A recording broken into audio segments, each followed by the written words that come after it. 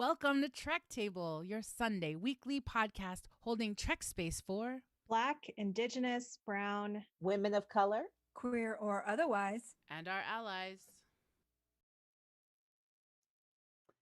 Hey, I'm your host, Allison Ordela, and today I'm holding Trek space for women of color like Michael Burnham right now.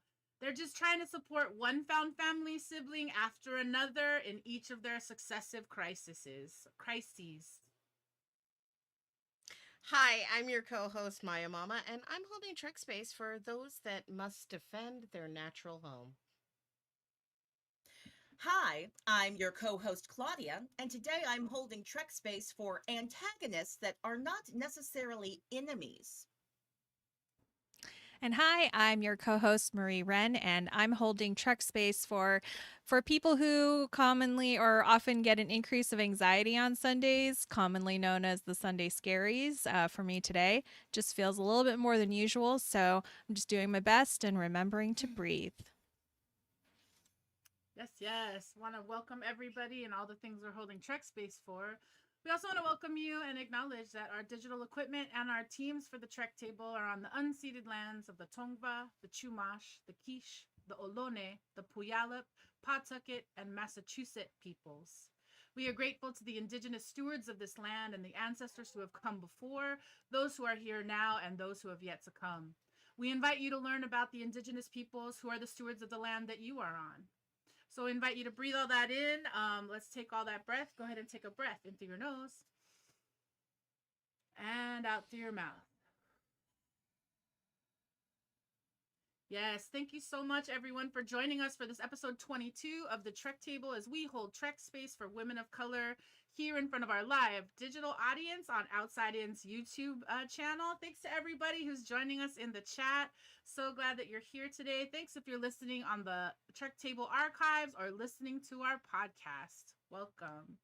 We're gonna we always start our show by asking who or what are you holding Trek space for. So if you're in the chat or you're listening on the podcast, go ahead and send us a message. Let us know, what are you holding Trek space for, because we want to honor that. We'll come back to that later in the show.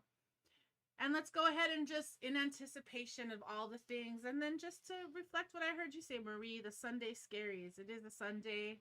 And I just want to support us all taking that extra breath. Yeah. So let's go ahead and breathe in one more time. Take a breath in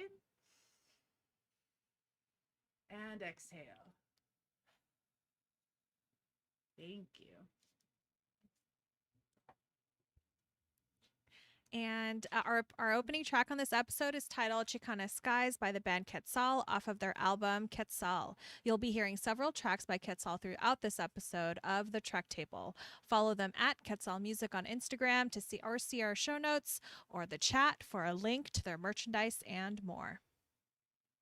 Yes, so today on the Trek Table, episode number 22, we will be doing our deep dive into Star Trek Discovery Season 2, Episode 5, The Saints of Imperfection. We're going to explore this episode a couple of different ways. We love to do this. So we're going to play our version of a recap. We're going to play popcorn recap and see if we can hit that timer today. Claudia's got Trek Table questions. Marie is here, and Marie has questions. Super excited about that. We're also going to dig into some Discovery design. We'll jump into some thematics today as we braid it all together, and we honor that if you are watching it synchronously, we are going to try during the show not to break any spoilers up until season 2, episode 5. Otherwise, you got to join us in that spoiler zone so we can give you all the tea about all the things on Discovery. Finally, we'll do signal boosts, we'll do some final thoughts, and we always end at the Trek Table with gratitude. So let's go ahead and check in with our Trek Table assembled today. Table, I'm going to ask you to go around, let us know who you are before we jump into these Star Trek conversations. So can I have you share your name, your pronouns, any access check-in, a visual check-in, and how do you identify as a Star Trek fan? Marie Wren, can I ask you to go first? Yes. Hi, everyone. I am Marie Wren. I use she, her pronouns. I am for access purposes, I am a Filipinx American woman with tan skin, round face, black wavy chin length hair, dark brown glasses, wearing red lipstick, and my awesome disco navy shirt. And so I'm also standing in front of a white wall with some artwork next to me. My access needs are met. I describe myself as a Star Trek light and science fiction medium well done person. And that is me as a Star Trek fan. Amazing. Thank you and welcome, Marie. Claudia, can I invite you to go next? Hey, hello everyone. I'm Claudia. They, there, she, hers. You can use those interchangeably.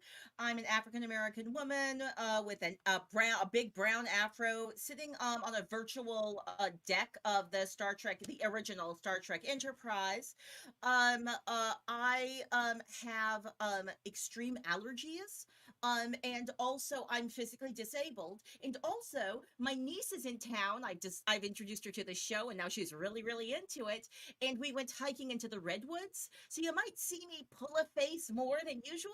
If I'm pulling a face, I'm not pulling a face at your Star Trek opinion. I'm pulling a face because one of my muscles is pulling me. Other than that, all of my access needs are met, and I would describe myself as generational Star Trek and poly sci-fi. Yes, yes. Welcome, Claudia. So glad you made it back from the redwoods. Welcome back today. We also want to welcome back Maya Mama, our co-host for the show. Maya Mama, can I have you check in? Yes, hi, I'm Maya Mama. She, her, hers. Access check-ins. I'm experiencing a little back pain, so I might be a little wiggly today. Visually, I am a young-looking, middle-aged Black woman. I'm wearing some fun makeup. I combined some red and some blue on my eyelids and a red lip, and I'm wearing a disco T-shirt, and I'm on the bridge of the Discovery. And I also identify myself as a Star Trek generational and poly sci-fi. Amazing. And I'll close our check-ins out. Hi, I'm Allison. But on this show, I like to go by my other name, Dela. My pronouns are she, he, and they, and Dela. Visually, I'm a mixed Filipinx person. My blue hair is kind of up in a big bouffant today, so you can see that gradation as my color grows out. And I am a bigger bodied person, and behind me is a green Filipino malong, a Discovery backpack, and a record made into a clock because I love the vinyl. And I would say I'm definitely a Trekkie, Trekker, Trekhead. I love all those terms. I know that sometimes our terms are a thing. I do love minutia, and I have some canon knowledge. I started watching Trek hardcore with Next Generation. I would definitely say I'm sci-fi poly. I'm an old school Farscape fan, so shouts out to all the Farscape heads. Thought I would just say that today. I was feeling a little Farscapey. And today I'm gonna say I am also polyamorous in my love of sci-fi, but right now I feel very sci-fi monogs and monogamous with Discovery because we do this show every week. So that's how I would identify. So, friends in the chat, we invite you to tell us, how do you identify as a Star Trek fan? We'd love to know how you're engaging with us, how you enter this conversation. We do love all the things. So, the final bit of business before we jump into our discussions today, we want to name our Trek table agreements. So, we want to say welcome to all. Whether you enter as a newbie or you were raised in a Star Trekking family, welcome. Let's build this space together. Whether you use Trek Table as your nerdy exploration or even a part of your self-care ritual, Trek Table is a weekly space to put down the world for a second and come into Trek space. This is a space for Black, Brown, Indigenous women of color to be a fan, a geek, a nerd, and explore the vastness of the Star Trek multiverse. Yes, yes. And Trek Table is also a place for allies to come, right? If you're a Farscape friend, we see you as an ally. Come engage and explore with us as well. This is an opportunity for allies to hold space and focus on the insights, perspectives, and experiences that you or we may not be familiar with. And now that we are all here, we remind you that we seek to build an environment of mutual respect and listening. We understand that we are going to disagree, and that's actually part of the fun. But there's enough hate and avarice going out in the world, so let's keep our phasers on stun. So great, everybody. Trek Table assembled. Those friends in the chat, if you're listening on the podcast, let's go ahead and breathe all those engagements and agreements in. Go ahead, take a breath in. And that exhale. Thank you.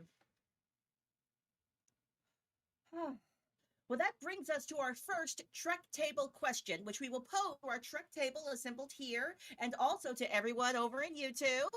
Um, is there a difference between attack and defense?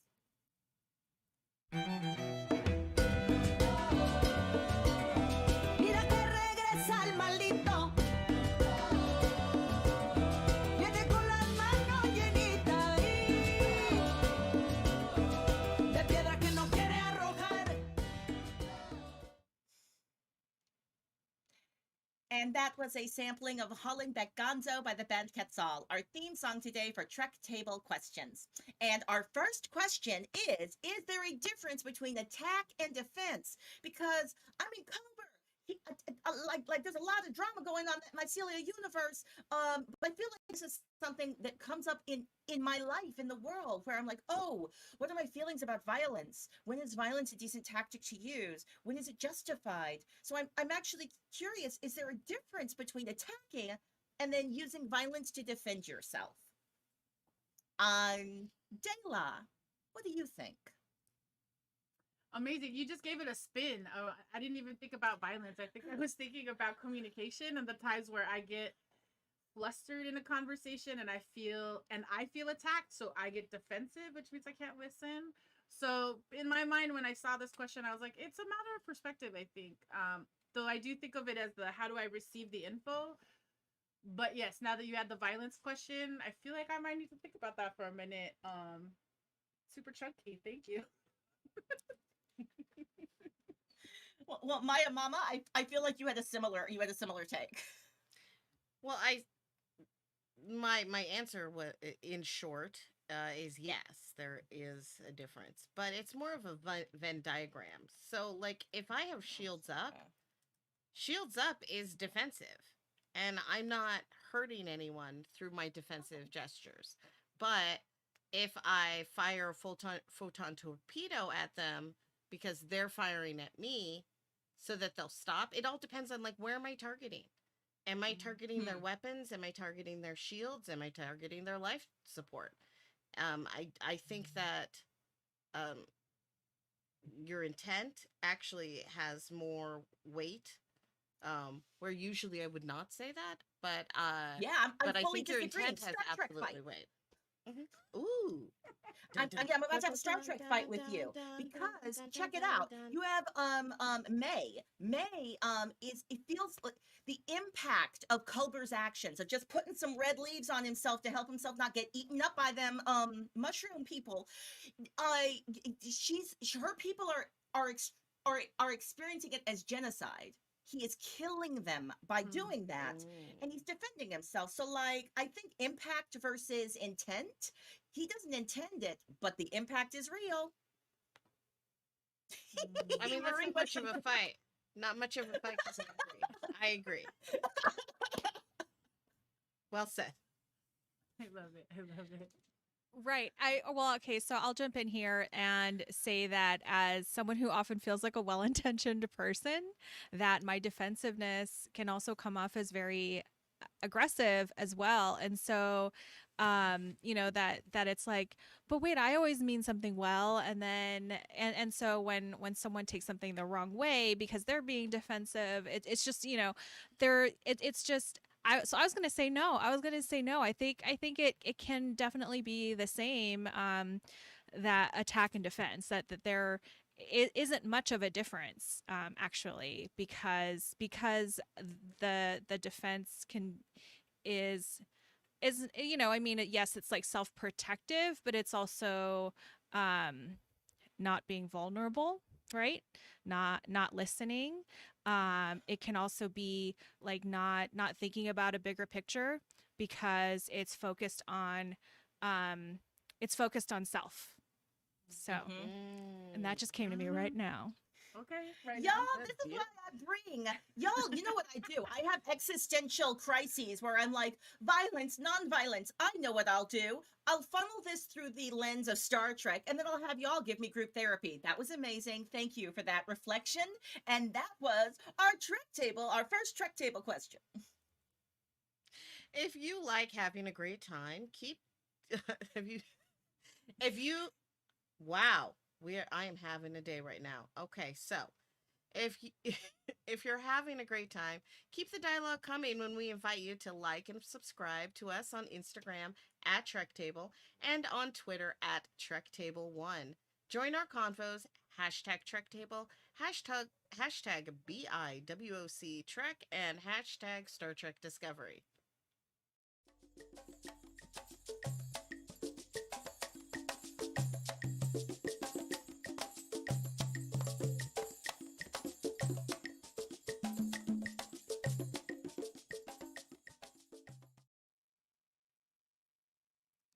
And with this song, Matanzas by Quetzal, it is now time for Popcorn Recap.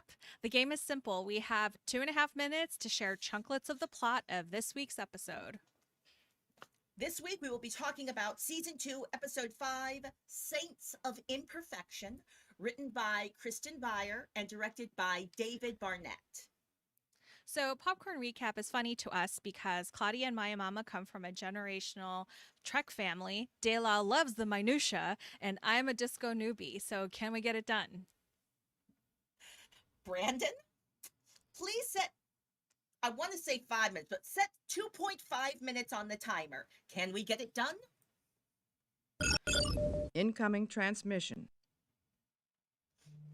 Okay, so like at the very top of the episode, we hear the Michael Burnham like Starfleet monologue, and she's like running down the hall because she's trying to get to Tilly, who has disappeared inside of a mushroom cocoon. And she, Burnham and Stamets conclude that Tilly has been taken somewhere in the mycelial network.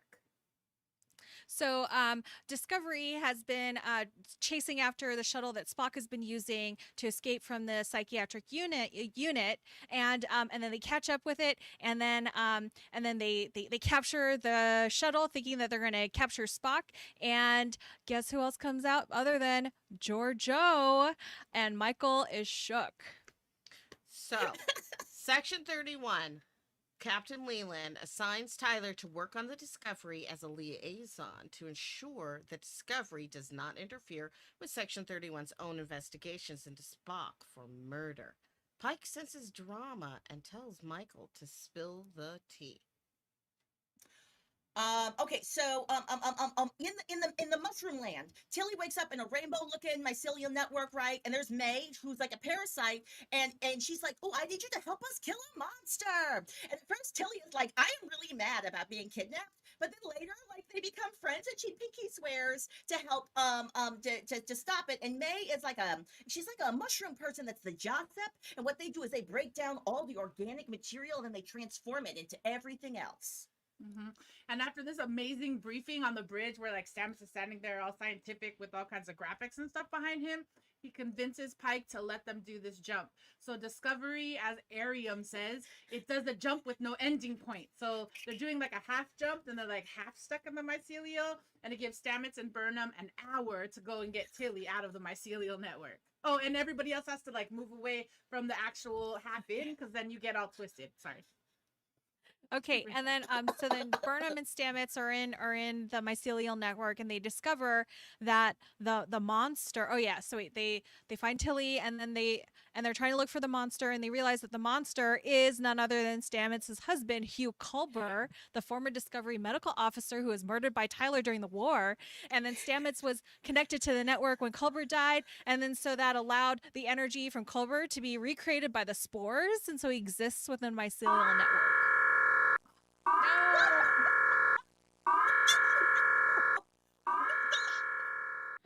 So much. Okay, so we each get one more chunklet of the plot, so we got to be really quick because we already ran out of time, and we'll go from Maya Mama. Okay, well the ship's getting eaten by the mycelia, so Agent Ash Tyler calls control so that they can help, and everyone's mad that someone's there, and they all have some little captain drama. I will just say that May was totally going to murder Culber, but then they convinced her not to, and then they were able to somehow use the mushroom cocoon to like transform Culber back into the real world because he was blocked from getting here. But then also that means that May and Tilly could never meet again, maybe because of mushroom magic.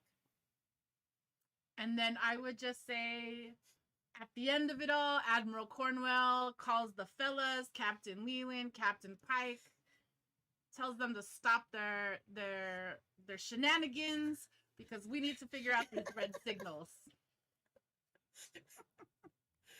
Oh, and tachyons. Oh, right. And the Red Angel has tachyon radiation. So Mhm. I think we got it, Marie. How do you feel? Do you feel like we got it? Sure. I mean, you know, there's a lot. There's a lot in this episode, and so, but we didn't get it done in the time that we gave ourselves. All right. We will continue to endeavor. And I want to say thank you to the table. That was Popcorn Recap. And if you want an act by act breakdown and you really want to get into the minutia and read some great writing and see some photos, Sue at Women at Work did this week's recap. And we always like to pump those if you really want all that detail. So check out the links in the chat. And that was Popcorn Recap. Marie has questions. What does this mean? Marie has questions. What's happening? She did what? She's from where? She killed who? Welcome to Marie Has Questions, where we want to model in this section that it is okay to ask questions, especially for a Star Trek light person like me with a topic as big as Star Trek. I have my friends Dela and Maya Mama here to answer as many questions as they can in 2 minutes. My timer is set and ready when you are. Incoming transmission. Okay. Actually, I had a question about the Jessup, but I think Claudia's explanation of the Jessup in the popcorn recap fulfills that. So I'm gonna continue moving. Okay, section 31, and when they were like hiding as a rock, is that like cloaking technology, and is that illegal? So it is, and it is.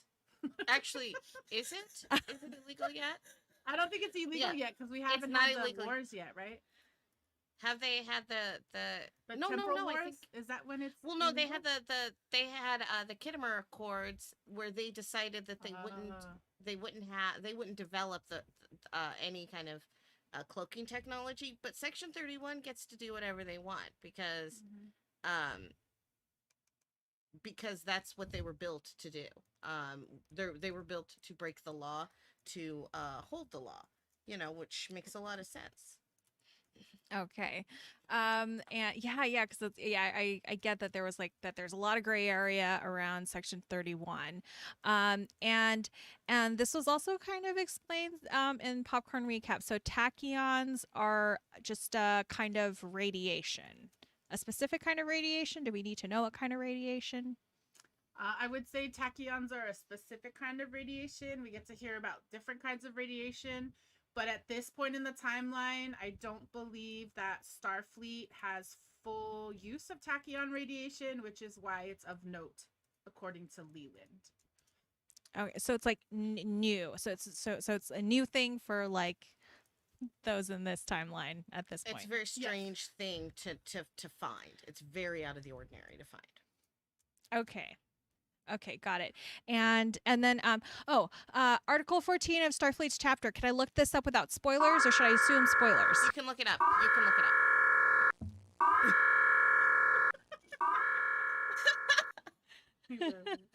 I really needed to get that last one in there. So thank you. And that was Marie Has Questions.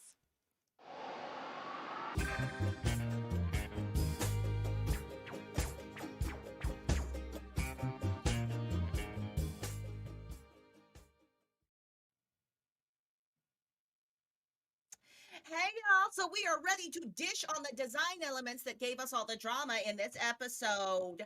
I would like to ask y'all a question. Have you clocked how much gorgeous slow motion there is? Like just a lot of, like, is this just me? Just so much slow motion, but like also like slow motion, like I'm turning to a Michael Burnham's voiceover and then people just slowly doing things. This is, am I seeing nods of, yeah. Yes. I'm doing a visual description. I'm doing my best imitation of Burnham slow running at the top of this and several episodes. It makes every turn, every like character, like physical turn of the head seem to carry so much weight. Like so much weight. Like when Pike is entering the bridge, and then I think it's Owasukun who's like slowly turning. I'm like, what does that mean? It doesn't mean anything. Stamets is slowly passing an iPad to someone. I've noticed also that the Spock shuttle, like tracking Spock shuttle, super cute. Also, did you notice the red nebula? Oh, Is this yeah. one of the red points or not? I'm still like confused about that. It's just a red nebula. It's Just a- just like a bunch of red space clouds. I mean, nebulas are. I mean, this part of the galaxy is just dirty with nebulas. They are everywhere. Dirty with Yeah, it feels like they're nebulas. always going through a nebula. I'm realizing I don't actually know what a nebula is. Is it like a space cloud? Is that what it is? I mean, I don't know, and I don't know if I want to look it up. I just assume it is because on Star Trek, it's always a space cloud. Sometimes there's like All right, storms in nebulas. Yes. Okay. Let's skip to the mycelial network. There was some gorgeous imagery in there. Was there anything about that caught your attention? Can we first talk about how Discovery half jumps in the mycelial network, and it's like a gear got stuck, right? It was like zoop, ugh, it just kind of made like a ugh, like getting punched in the gut kind of noise. And I was like, what is that? It made me laugh. I laughed. It I also wonder reminded what it me. looked like. Well, it reminded me of I don't know if anyone has ever driven a car and then like run over something that they weren't supposed to run over, or they're just your car makes that sound and you know it's wrong and you should, and that's the sound that Discovery made to me. It was like, we're not supposed to do this. You gotta stop. Back it up. Back out of here. Back out of here. Yeah, I just and it was super pretty though.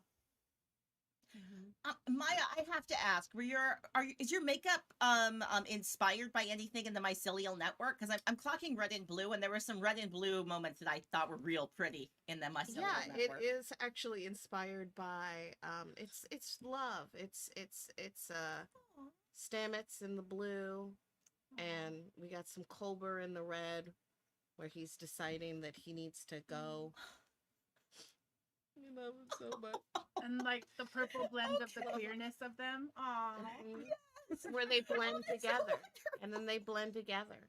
It's so I need a beautiful. Star Trek makeup tutorial. Yes. And I'm glad can I just say Elaine in the chat is loving on your makeup right now, Maya Mama. So we get love in the chat too.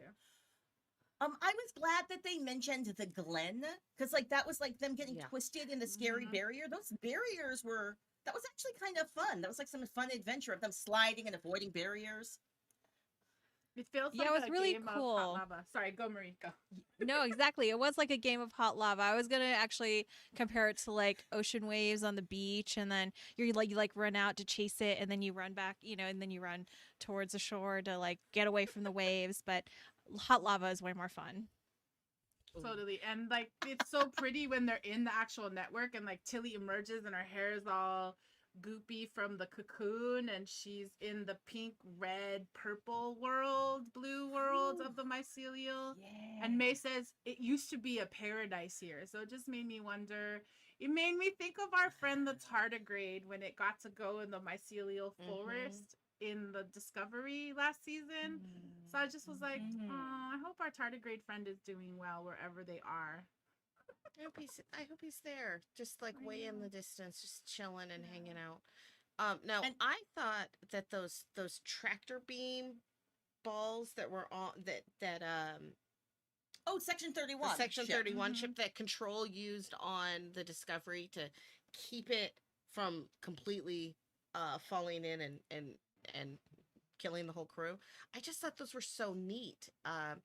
The secret organizations always get the best tech, and the technology that doesn't exist because because that's, I guess, how it works. But Right. I Yep. just thought they were so neat. It was just such a cool way, and it makes more sense if you're going to try to haul out a piece of machinery of that size or keep it in place. You need more than one focal point. So I just thought that was cool. Well, and I think that brings us a little. I want to say a couple of things about Section 31. Because Section 31 had like a fold-out ship, and the fold-out Mhm. ship, it looked like it was cloaked, and I don't think that's. I think that's against Star Trek rules. I don't think It that is. Star Trek's supposed to have cloaked ships, but it was awesome looking. Anything Totally. else in Section 31 that caught Yes. your eye? Can I just say, is this the first time we get someone to do the chest tap of their communicator badge? And Pike is like, I want a badge that does that. How do you do that? And I love that Ash Tyler got the first cricket sound Oh, on yeah, his chest. Yeah. And then can I just say all the leather, all the leather, all the leather, or the faux leather, whatever it is. Tyler's looking all luscious in his leather with some click straps on his shoulder. I know Maya Chinchi is not here this week to talk about runway, but there was some fashion in this episode. This- Yes. And this, George like, George Joe's leather. Oh my gosh, that's where I'm at. section leather Even the day. badge was fashion. That like sexy badge was like, oh, it's got a gloss to it. Come on, yes. I'm also Well, team I Ash believe beard that and hair. Oh, team Ash beard and hair. We're gonna do a Yes. Star Trek question about that and poll the audience to see where we fall on hair length, amount of hair on the face. I think I'm for Klingons with hair. The debilitated Klingons. I was against it. I thought it was. I wasn't feeling it in season 1. So I'm glad that we can have another conversation about that though. That brings us to the end of Discovery Design this week. Want a dish on design or check if I have questions? Join the Trek Table mailing list as at trektablepodcast.com to get the first glimpses at Trek Table question, news, and more. And that brings us to our second Trek Table question number 2. What is your favorite double entendre that you've heard from Agent Giorgio? That can be from season 1. That can be from this season. Just what's your favorite double entendre?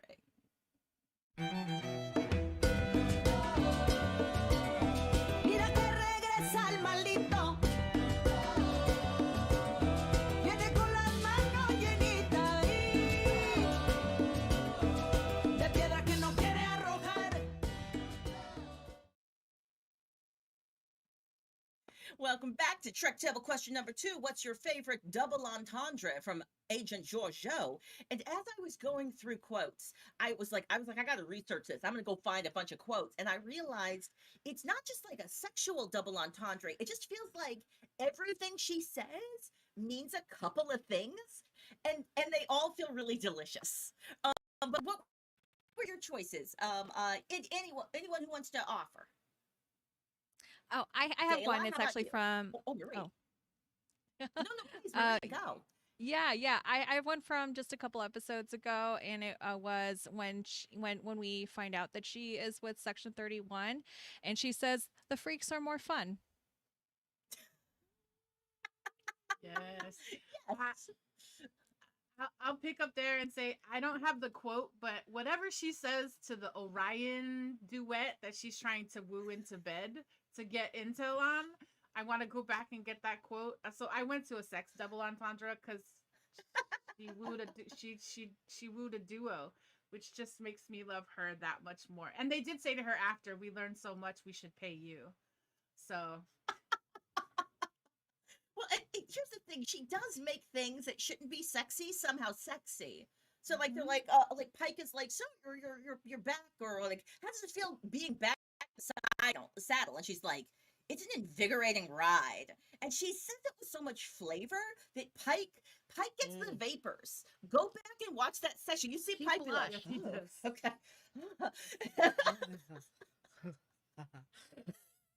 yes, he does. Well, now I can't choose one because, like you were saying, Claudia, nothing she says is what she means, except sometimes it is, but sometimes it's not. But is it? Because I think she always means what she says, but did you understand it? Yes. That's it. I'm going to end with my favorite Giorgio line where Michael Burnham says, I'm sure you have to get back to your snake pit. And then Giorgio answers by hissing. And it's awesome. She's like, and I'm like, yes. And that brings us to the end of our Trek table question number 2. Awesome. Are you enjoying this Trek space that we're all holding together today? Then we want to ask you to help us cultivate it by liking and subscribing to Trek Table on YouTube, on our own YouTube channel, where you can get all of our latest videos, highlights, and more. And now is that time in our ritual where we invite everyone to move around in their seats and in the screens because it's time for our Trek Table dance break with the thematic dance break this week.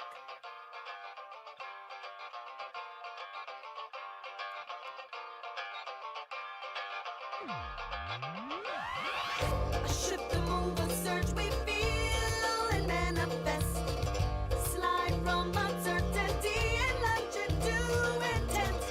Interminable imaginaries guided by ancestor strength. Abide by no one's government. We blow into the left more. We see more. Whose life is this more?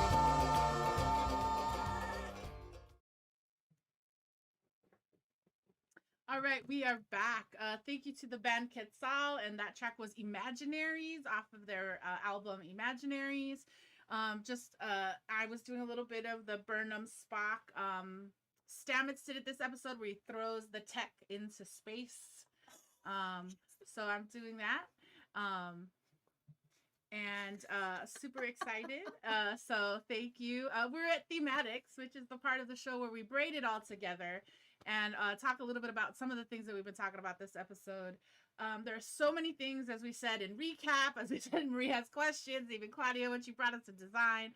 So I just kind of want to open it up and think about this episode. There's a lot of kind of questions. Are we facing good versus evil? We get a lot of the gray area. Obviously, we talk a lot about grays when we talk about Section 31. So in topic number 1 today, I want us to talk a little bit about how Tilly and May and this area, this gray area or clarity area around.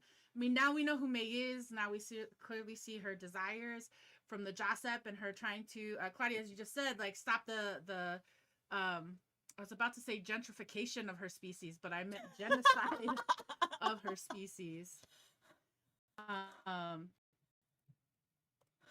So I just want to open it up and say, I wonder if Maya Mama, could you start us off on the Tilly and May convo? Where are you at with May and the Josep and yeah, like this attack defense, all the questions that we're talking about today, but I just want to open it up around Tilly and May and kind of where you are on that. Well, I think that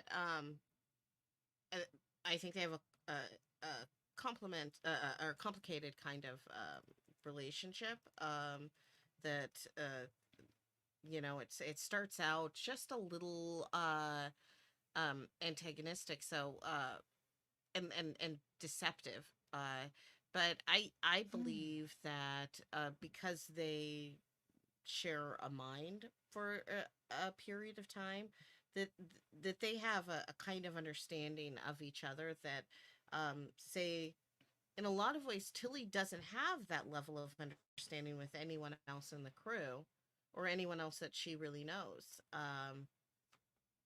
because May was literally living in her brain. And I just think that I just think it's really interesting just watching that develop into whatever friendship relationship that it was. Awesome. Marie Wren, I wonder, do you have thoughts here about Tilly and May? How you feeling? Yeah. I mean, just a couple, I guess, and in thinking about this bond that they created, but also that it feels like, I mean, yes, it was like a parasitic bond at the beginning, but like an actual emotional bond of what was able to form at the end. And towards the beginning of this episode, when I was watching and taking notes, I was thinking like, why did May choose Tilly? But it makes sense in that Tilly is empathetic and always wants to help.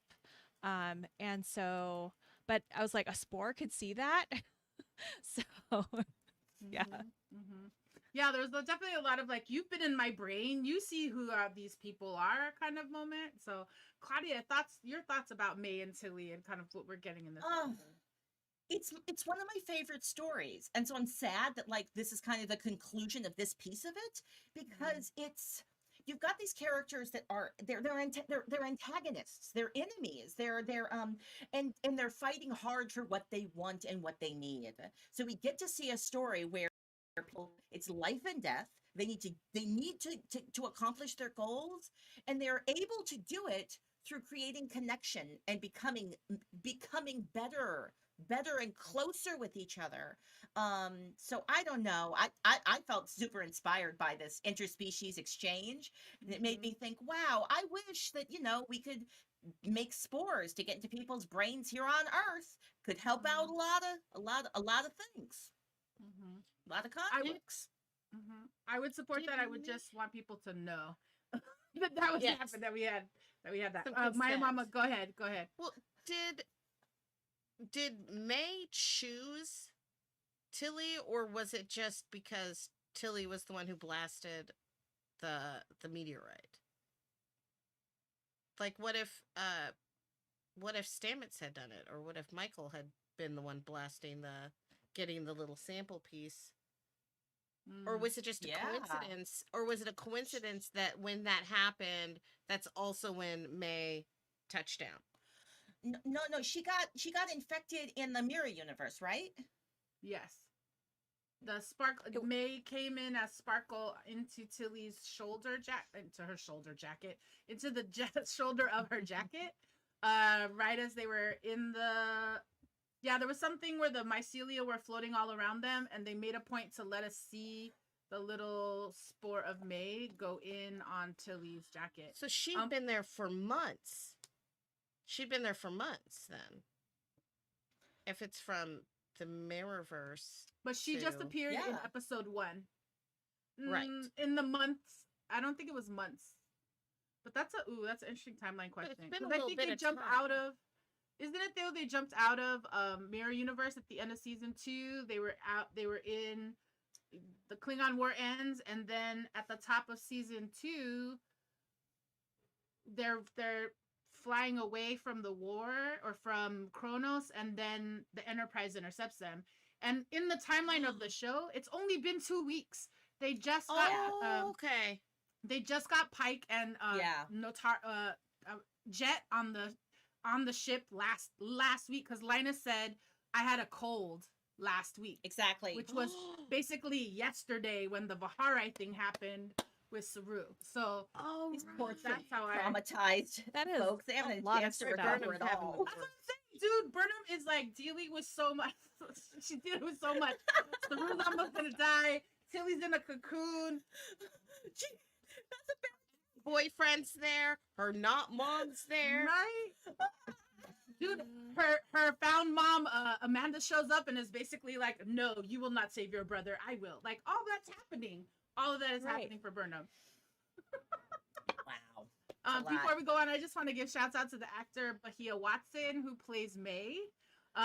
She is, I'm hoping that the Pinky Promise that they gave us, I'm hoping that Kurtzman and Michelle Paradise give us a May Tilly reunion. I'm looking forward in season 5, but that's just me. All right.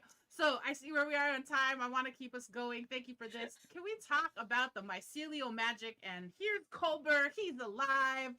Daddy Culber is not dead. Daddy Hugh is here. He's been protecting himself. Oh, so much. Marie Wren, can I start with you on this topic? How are you feeling about Daddy Culber and all the things? I don't know. It's just really emotional to see this reunion, and especially because Culber's death was so painful. I think that's all I have to say, because there's just a lot there, and and just it really tore me apart to see, like, to hear Stamets say, I can't let you go twice. Mm. Claudia, what say you? I loved the idea of the Jossep. The Jossep are part of the natural cycle of the universe. So in my faith system, there's something like that where I'm like, yes, death isn't a bad thing. It's just a thing. So the kiss where Culber is almost about to like allow himself to be transformed into whatever comes next, and they're kissing, and it's blue and it's red and it's so romantic, and I'm not crying, you're crying. Yeah.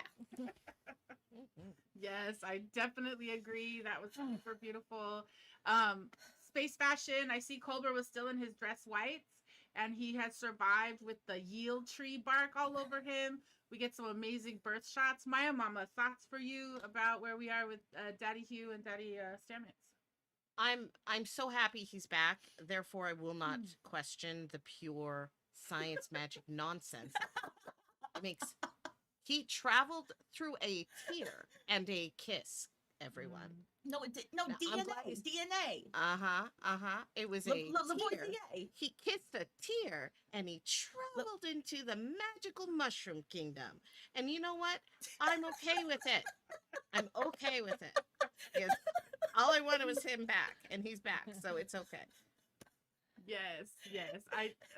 There's so many things. Yes, there's a shot of the magical kiss and the tear and all the things from the episode. And I just want What to you say talking that about? This is science. it is science. It's so wonderful. And I just want to say that I was really moved by Colbert's rebirth. And I know the title of this episode is Saints of Imperfection. And at one point, Giorgio claims herself to be the saint of the start of the discovery because of what she got to do in that final, sequence of them getting 3.5 extra minutes so Disco could hold while Burnham, and they were able to rescue Colbert. So I don't know. The rebirth of Colbert in this cocoon, that moment just made me really want to say, I'm just thinking about things, not to spoil them. I'm just thinking about things that have been said in season 3. So I'll hold those for spoiler zone. But yeah, there's something really beautiful about Colbert coming back, and just the look on his face. And we've been rotating some visuals for folks who are watching us on video, but that very last shot of Colbert with his eyes wide open, he has been reborn, in his DNA worked. He's alive in a physical body, being held by Stamets, who is just the happiest kid, the happiest husband that his husband is back. And I just look at and That props face. to Wilson Cruz and Anthony Rapp for this work. Like, just gorgeous, just complex gorgeousness, and yeah, lots of feels. So I want to honor that. All right. In this, we've gone a little long at thematics like we do sometimes. Almost having a little Star Trek fight there between Claudia and Maya Mama. I appreciate you. My last question is really, and we talk about this in the newsletter that went out today to our Trek Table newsletter folks. Just like, is there a good versus evil in that moment where Admiral Cornwell says to the fellas, she calls them fellas, and she says, "Come on, Christopher and Leland," and she turns to Chris Pike and she's like, "Nation building is messy, and you know that." And it just kind of, I know she was there to resolve it, to take us to the next thing of like, the red angel signals are still coming, but we can't escape the colonialism and the imperialism of Starfleet, and this moment of like, wait, what? Like, we're just about to dust past this. And so I think I'm just having all these moments and feels about like, where are we in the Starfleet process, and is this really the Starfleet that I love? Like, that's where I'm a little stuck. So I'm gonna jump to Claudia and ask if you have thoughts on this, things to think about in this instance. I think it's a lie to say you're just exploring to explore. At least Cornwall's keeping it real, right? Cornwall's like, yeah, we're nation building. And in nation building and imperial, like you do stuff that's wrong, that's illegal, that's bad. That's just how it is. She lacks imagination. I think that lack of imagination is the problem of the world. Having powerful leaders who are like, well, only do the horrible thing. You're a naive, stupid person for trying to do better, for forcing us to actually follow the rules that we set, to actually. So yeah, I don't like Section 31. I'm against it. I think that if you have a society that has a set of ways that you're supposed to be, then that's how it's supposed to be. You can't have two sets of rules for different classes. That doesn't make no sense. Mm-hmm. Well, Yeah, and my mama, this opens us up to like Starfleet, kind of where do we stand? Like how, yeah, Section 31 and I don't know, Prime Starfleet. I don't even know what to call it. Like, where are you in this moment? well, it's ultimately completely unethical for Section 31 to even exist, because how can you have a group or a government that to to keep the peace and to keep their own government moving, they have to break the laws that they set. Mm-hmm. You know, we have seen these things in the news and whatnot, but this is like, it just doesn't make any sense. And I'm saying, as far as who's the good guy and who's the bad guy, nobody's the good guy. I love me some Captain Pike, but he's permissive and allows this to happen. I mean, not 100%. He pushes a little bit, but for the most part, he's a Starfleet. He's Starfleet guy, and he loves Starfleet. And most of the people on the ship are kind of like that. They're sort of permissive, as far as like, we're going to allow some of these rules and not allow some other ones. And you know, like everyone's opinion of the Prime Directive, it's, yeah, I just think no one's hands are clean in any aspect of this nation building. That's I mean, Starfleet is the military force of a nation builder. So Yeah. I mean, I love them though. Yeah. All right. I'm gonna move us forward on time. Thanks, Marie, for giving us back a little bit of time on this section. And also for giving us a chance to jump into spoiler zone, because thematics wouldn't be complete for us on Trek Table if we didn't jump into spoiler zone. So as we said at top of show, if you're watching in synchronous order, we're gonna take the next 2.5 minutes to do some spoilers from this point all the way through to the end of season 3 for those of us who've watched it. So Brandon, can we go into the spoiler zone?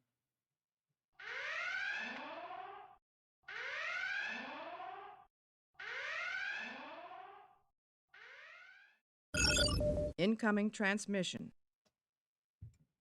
All right, 2.5 minutes is what we have. Anyone's got openers? I mean, I guess what I want to say is, if people have not seen Runaway, the short trek with Tilly and Queen Mehani Ikahali Kapo, or Queen Po, that's a reference to me watching May and Tilly. But yeah, I'm super into, like, I'm really thinking about Culber's journey now in season 3, and how he has these moments with Burnham where it's like they're like super bonded, because Culber's like, yeah, I've died and I've come back, and Burnham is like survived her year solo as the Red Angel. So I'm just in that moment and just so happy, so relieved that Culber's back on show and that we get to see him and that romance keep going. So that's kind of my opening thought. I don't know, Claudia, my mama, your thoughts? I'm sad. I keep enjoying the show. Yeah. Well, I just want more and more, and it's been real hard to not just keep watching. But and try to watch it with the show. But I really like how or I'm sad, looking forward to the separation in their marriage and the growth that has to happen for Culber to process his trauma, because he is really freaked out right now. And yeah, he died and then he existed in pain for a very long time, and so who knows how time works there. Yeah. Claudia, any spoiler things that you've been thinking about? So many. I'm really enjoying the way on a rewatch. I can enjoy it and tie it into season 3. So I go, oh, this is one gigantic story, and this is just a chapter inside of it. And I'm realizing I didn't enjoy it as much the first time through. I enjoy it more the second time through because of the things I learned. So like there was like the I'm excited. The shock of Culber's death. That was an emotional experience that was entertaining, but getting to see it again was even more entertaining without the surprise.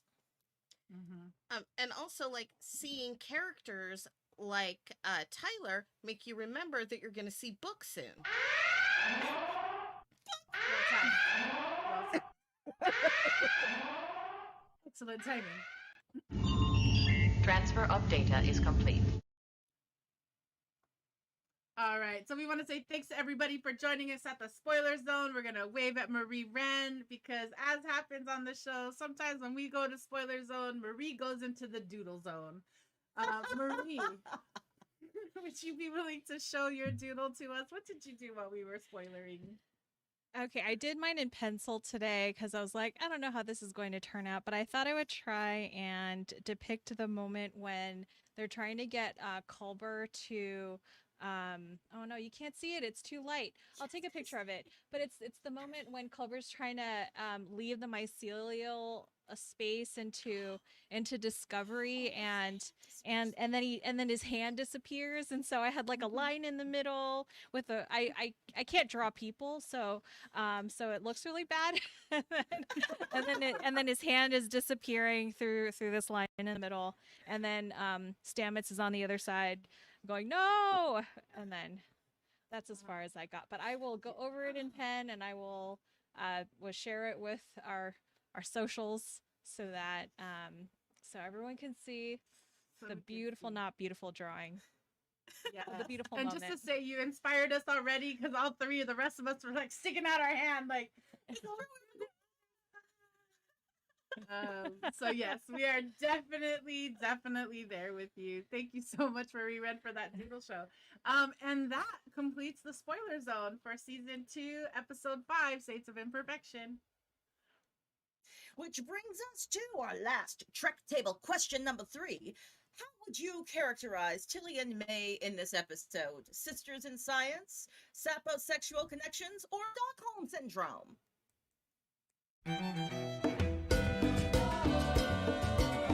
Mira que regresa el maldito. Viene con las manos llenitas de piedra que no quiere arrojar. Hey, y'all. So the question was, how would you characterize Tilly and May in this episode? Sisters in science, sapiosexual connections, or Stockholm syndrome? Marie? Okay, I'll go first. I would say it's a mix between Stockholm syndrome and sapiosexual connections. I think it's a mix. It's not just one, but it's like a mix. It could be a mix of all three, but I'll say those two. Dayla, what do you think? I mean, I'm always gonna hope that a deep intellectual connection and a "you complete me" kind of vibes. Like, they totally have that moment of like, I was gonna say that too. So part of me was just like watching it and going, they're totally having a sapiosexual. I think your mind is really hot, and May's like, I've been in your mind. It's so hot. So I don't know. I agree with Marie. There's a little bit of Stockholm syndrome in that. I mean, I know May's trying to like protect her species from genocide. So I'm just trying to figure all that out. But I'll continue to say I'm hoping for a sapiosexual acknowledgement, maybe in season 5 or 6 of Discovery. I mean, maybe even season 7. But please producers, don't make me wait till the first Discovery movie. Like, I want to know. I want May to come back. Wait, Discovery movie. Wait, let's go back to the question. So Maya, what do you think? Well, I think their bond is real, because they've been in each other's minds. They know each other, but also, I don't think that there's any Stockholm syndrome. Tilly does not want to stay with May. She wants to leave, but she does. But because she's Starfleet, because she's a good and decent person, she makes the decision to wait and help because that's what she's supposed to do.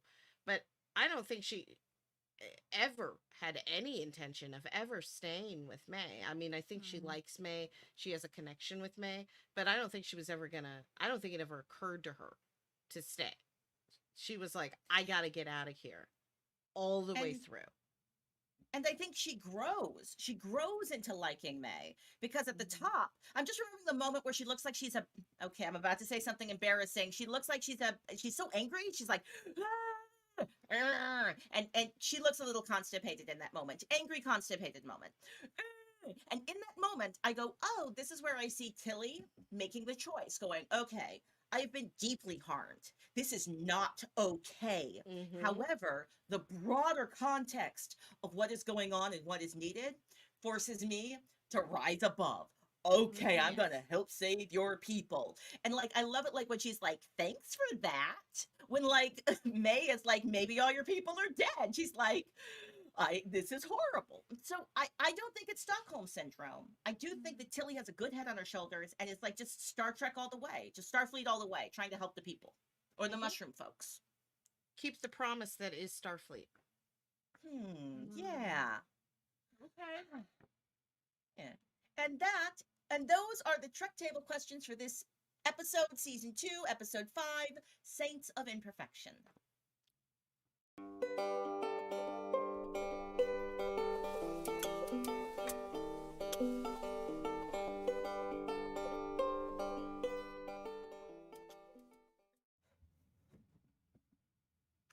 And we here at the Trek Table strive to hold space for Black, Indigenous, Brown, women of color. And here are some resources that we want to amplify and highlight. And also, we want to amplify and highlight the work of women of color content creators, community builders, and world shapers. So, Claudia, can you share our first signal boost for the day? Yes. Join our own Maya Mama in Gaming for Justice, a fun weekly social justice gaming Twitch stream project designed as a space for personal connection and further consciousness raising. We've discussed harm versus intent, propaganda and state violence, as well as debuting original concepts such as the woke clock. After these conversations, we enjoy a game as both a palate cleanser and to look at the way BIPOC, LGBTQ+, and disability justice intersect in entertainment and society. This week's topic is critical race theory and why you are an idiot for being afraid of it. And we will be playing Unavowed.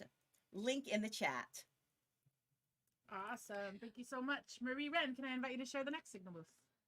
Yes, we also want to uplift Shanta Nepali, filmmaker based in Kathmandu, Nepal, who stars and is the cinematographer of the new film called Ningwasum.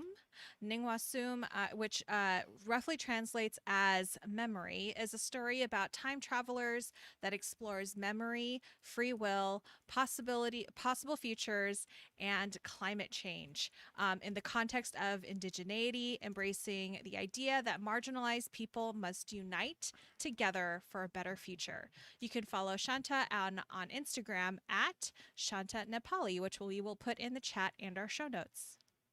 Thank you. And Maya Mama, our final signal boost for the day? Yeah. Judy Baca, Memorias de Nuestra Tierra, a retrospective, is the first comprehensive retrospective of the work of internationally renowned Chicana muralist, public intellectual, and community activist Judy Baca. Baca is a painter, a muralist, community arts pioneer, and scholarly educator who has been teaching in the UC system for more than 30 years. As founder of the first City of Los Angeles mural program in 1974, which evolved into the nonprofit Social and Public Arts Resource Center, SPARC, her retrospective just opened up at the Museum of Latin American Art in Long Beach, California, and runs through January 2022. Check the link for more details. Yes, and if you have a woman of color content creator that you want us to amplify, let us know about that. Send us a DM at the Trek Table on Instagram or at Trek Table 1 on Twitter. And that is our signal boost for Trek Table episode number 22.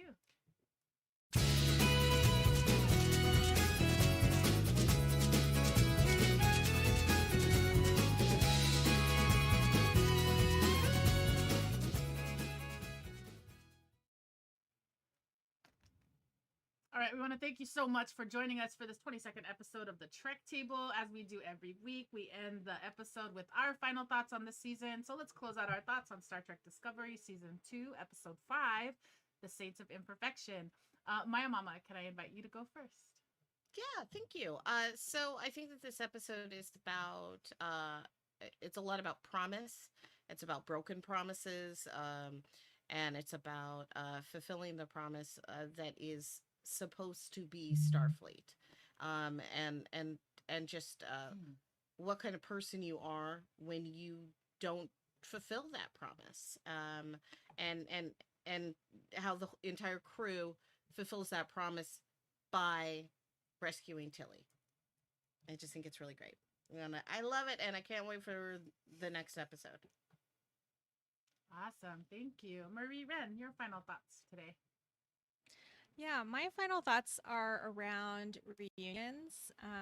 In this episode, we get reunions just even between Burnham and Tilly, and then especially the big one of Culber and Stamets. But then there's also Georgiou and Burnham and Tyler and Burnham. There's a lot of reunions in this episode, and so just kind of thinking about how emotional they are, how they bring up past and how it's and also like how it can bring forth reconciliation, hopefully.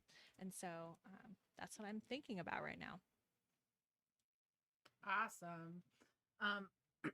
Thank you so much for helping us think about reunions. I'll go next so that Claudia can close us out. Just a couple things. I just want to say, folks are following the news. Star Trek Lower Decks is coming back August 12th, so I just want to pump that. Super excited to see the new work. Tawny Newsome and Don Lewis are on that show, so super excited always to hear all the things. And also Star Trek Prodigy is coming out on Nickelodeon too, so I know folks are watching for that. My last thought of the show is just in this episode, we didn't talk about it a lot, but Captain Pike continues to show me that he wants to be a white cis hetero ally who can show that he can listen, who can show that he can trust women of color and people of color in power, and let his team be his team so that he can show up for them. So when Burnham sees Tyler and has her little reaction in the hallway, Pike says to her, all right, you could have this. He's like, but I just saw what you did with Georgiou, where you literally wouldn't put your phaser down. And now I'm watching this clock with Tyler. So I'm not going to chase you. I need you to tell me when you're ready. But I'm just letting you know that we're having a moment right now of me trusting you. And the writers Kristen Beyer did a much better job writing that scene than I just retold it. But I'm here for you, Captain Pike. Like, I wasn't sure. So this is one of those moments in this episode. And then I love that, yeah, he said the disco is a doorstop to this mushroom highway. Like, heck yeah, all the things. That's my final thought. Claudia, what about you? Oh, wow. The episode was huge. It had so much inside of it, and it felt like it was meditating very deeply on faith. And because there was conversations about trust, Michael Burnham has to trust Ash Tyler to protect Spock from Georgiou, and Georgiou's like, I've had numerous occasions to fully kill you, so maybe you need to start trusting me. But and also, should we trust Section 31? Should we trust Leland? Should we trust Starfleet in general? Should we trust what Starfleet is or what Starfleet says it is, or should we look at what they do? So I feel like it's faith and good works. It's faith and good works. And we see that that Tilly did good works in the mycelial network. They're doing good work in the world, and so I can only judge the actions. There aren't any bad guys in this episode, but there are bad things that can take place and bad contexts. But I feel like it's telling me a story of there aren't bad guys. Okay. Alrighty. And as we wrap up these final thoughts, I just want to offer Brandon in the chat appreciates there was not a whole scene on who is Ash/Vogue in this episode. Yes, I would agree. I would concur, Brandon. That is true. That is true. And those are our final thoughts on Star Trek Discovery Season 2, Episode 5, Saints of Imperfection.